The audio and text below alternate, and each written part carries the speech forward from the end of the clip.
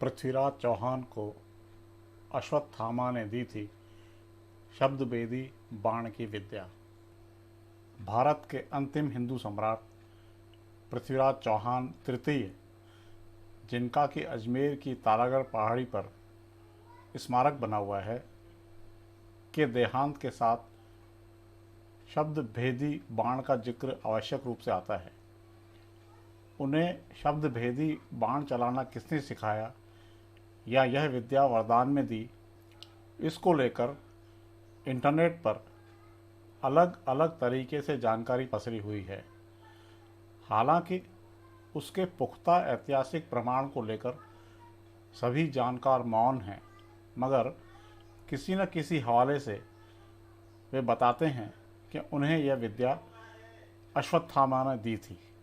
ज्ञातव्य है कि अश्वत्थामा के बारे में मान्यता है कि वे काल, क्रोध, यम व भगवान शंकर के सम्मिलित अंशावतार थे और 8 चिरंजीवियों में से एक हैं। वे गुरु द्रोणाचार्य के पुत्र थे। द्वापर युग में जब कौरव व पांडवों में युद्ध हुआ, तब उन्होंने कौरवों का साथ दिया था। अश्वत्थामा अत्यंत शूरवीर एवं प्रचंड क्रोधी स्वभाव के योद्धा थे। धार्मिक ग्रंथों के अनुसार भगवान श्री कृष्ण ने अश्वत्थामा को चिरकाल तक पृथ्वी पर भटकते रहने का श्राप दिया था। वे आज भी पृथ्वी पर अपनी मुक्ति के लिए भटक रहे हैं। यह भी मान्यता है कि मध्य प्रदेश के बुरहानपुर शहर से 20 किलोमीटर दूर असरीगढ़ के किले में भगवान शिव का एक मंदिर है। बताते हैं कि अश्वत्थामा प्रतिदिन इस मंदिर में भगवान शिव की पूजा करने आते हैं। अश्वत्थामा को अन्य कई स्थानों पर भी देखे जाने के किस्से हैं। बताते हैं कि 1192 में पृथ्वीराज चौहान मोहम्मद गौरी से युद्ध में हार गए तो वे जंगल की ओर निकल पड़े। वे एक शिव मंदिर में प्रतिदिन आराधना करने जाते थे। वह शिव मंदिर क्या असरीगढ़ किले का ही मंदिर था, इस बारे में कोई उल्लेख नहीं है। एक बार उन्होंने पाया कि अल सुबह उनसे पहले कोई पूजा अर्चना कर गया। इस पर उन्होंने इस रहस्य का पता लगाने के लिए भगवान शिव की आराधना की तो उन्हें एक बुजुर्ग ने दर्शन दिए। उसके सिर पर गहरा घाव था। पृथ्वीराज चौहान अच्छे वैद्य भी थे। उन्होंने उस व्यक्ति का घाव ठीक करने का प्रस्ताव रखा। वे मान गए। इलाज शुरू हुआ। जब 1 हफ्ते बाद भी कोई फायदा नहीं हुआ तो पृथ्वीराज चौहान चौंके। उन्होंने अपने अनुमान के आधार पर उस व्यक्ति से पूछा कि क्या वे अश्वत्थामा हैं। इस पर उस व्यक्ति ने हाँ में जवाब दिया। पृथ्वीराज चौहान अभिभूत हो गए और उनसे वरदान मांगा। अश्वत्थामा ने उन्हें शब्दभेदी बाण का वरदान दिया। साथ ही 3 शब्दभेदी तीर दिए जो अचूक थे। ज्ञातव्य है कि महाभारत कथा में स्पष्ट अंकित है कि भगवान श्री कृष्ण ने अश्वत्थामा के सिर पर लगी मणि को युक्तिपूर्वक हटवाया था और उसकी वजह से उनके सिर पर गहरा घाव हो गया था। जहाँ तक पृथ्वीराज चौहान के शब्दभेदी बाण का उपयोग करने का सवाल है, तो उसका संक्षिप्त विवरण इस प्रकार है। सन 1192 में मोहम्मद गौरी ने तराइन के द्वितीय युद्ध में उनको हरा दिया तो वे जंगल में चले गए। बाद में गुप्तचरों की सूचना के आधार पर गौरी ने उन्हें कैद कर लिया। कहीं यह उल्लेख है कि उन्हें अजयमेरू दुर्ग में रखा गया, तो कहीं यह हवाला है कि गौरी उन्हें सीधे गौर गजनी ले गया। स्थानीय दुर्ग अथवा गौर में गौरी ने गर्म सलाखों से उनके दोनों नेत्रों को जला दिया। पृथ्वीराज चौहान के बचपन के मित्र व राजकवि चंदवरदाई फकीर की वेशभूषा में पीछा करते हुए गौर पहुंच गए। चंदवरदाई ने सुल्तान मोहम्मद गौरी से संपर्क स्थापित किया व निवेदन किया कि आंखों के फूट जाने के बावजूद पृथ्वीराज चौहान शब्दभेदी बाण से अचूक निशाना लगाना जानते हैं। इस अजूबे को सुल्तान को देखना चाहिए। गौरी ऐसी कला को देखने को राजी हो गया। एक ऊंचे मंच पर बैठकर मोहम्मद गौरी ने पृथ्वीराज चौहान को तीरंदाजी से लक्ष्य पर संधान करने का आदेश दिया।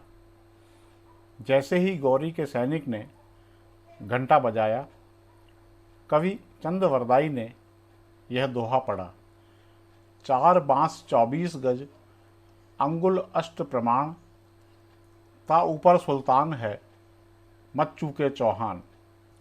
पृथ्वीराज चौहान ने मंच पर गौरी के बैठने के स्थिति का आकलन करके बाण चला दिया, जो सीधा गौरी को लगा और उसी वक्त उसके प्राण निकल गए। इसके बाद गौरी के सैनिकों के हाथों अपमानजनक मृत्यु से बचने के लिए चंद्रवरदाई ने अपनी कटार पृथ्वीराज चौहान के पेट में भोंक दी और उसके तुरंत बाद वही कटार अपने पेट में भोंक कर यह लीला समाप्त कर ली। प्रसंगवश यह जानना उचित रहेगा कि शब्दभेदी बाण चलाना तो बहुत से योद्धाओं ने सीखा था, परंतु उनमें पारंगत 4 या 5 ही थे। ज्ञातव्य के भगवान राम के पिताश्री महाराजा दशरथ के जिस बाण से मातृ पितृ भक्त श्रवण कुमार की मृत्यु हुई, वह शब्दभेदी बाण था।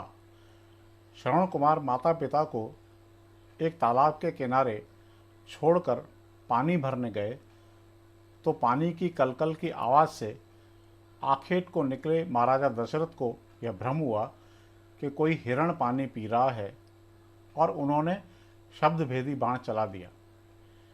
इस पर श्रवण कुमार के माता पिता ने दशरथ को श्राप दिया कि वे भी अपने अंतिम समय में पुत्र का वियोग सहन करेंगे और दोनों ने प्राण त्याग दिए। इसी प्रकार महाराज पांडु भी शब्दभेदी बाण की विद्या जानते थे। एक दिन राजा पांडु अपनी दोनों पत्नियों कुंती व माद्री के साथ तपस्या के लिए ऋषि कर्ण के आश्रम में गए। एक दिन माद्री के हठ करने पर पांडु आखेट करने गए।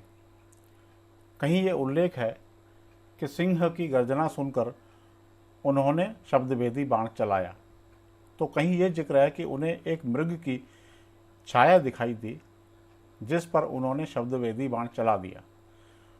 बाण लगते ही ऋषि कर्ण प्रकट हो गए, जो अपनी पत्नी के साथ सहवास कर रहे थे।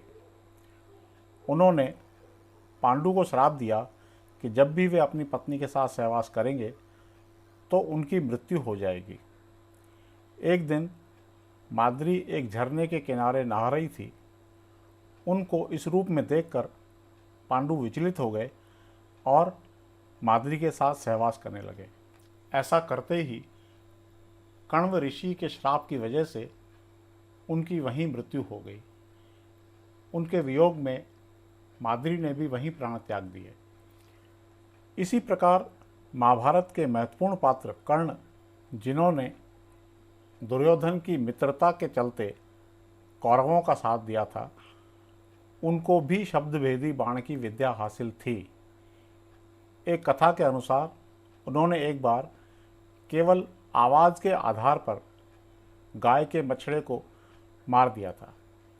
इसी प्रकार द्रोणाचार्य को अपना गुरु मानकर तीरंदाजी सीखने वाले एकलव्य के बारे में भी एक कथा है कि उन्होंने शब्दभेदी बाण से एक कुत्ते को मार डाला था। जानकारी ये भी है कि शब्दभेदी बाण की विद्या भीम ने अर्जुन को दी थी। विशेष बात यह है कि अन्य योद्धाओं ने तो शब्द की ध्वनि के आधार पर शब्दभेदी बाण चलाया, जबकि पृथ्वीराज चौहान ने शब्दों को सुनकर उनके अर्थ के आधार पर अनुमान लगाकर शब्दभेदी बाण चलाया, जो कदाचित कहीं अधिक कठिन था।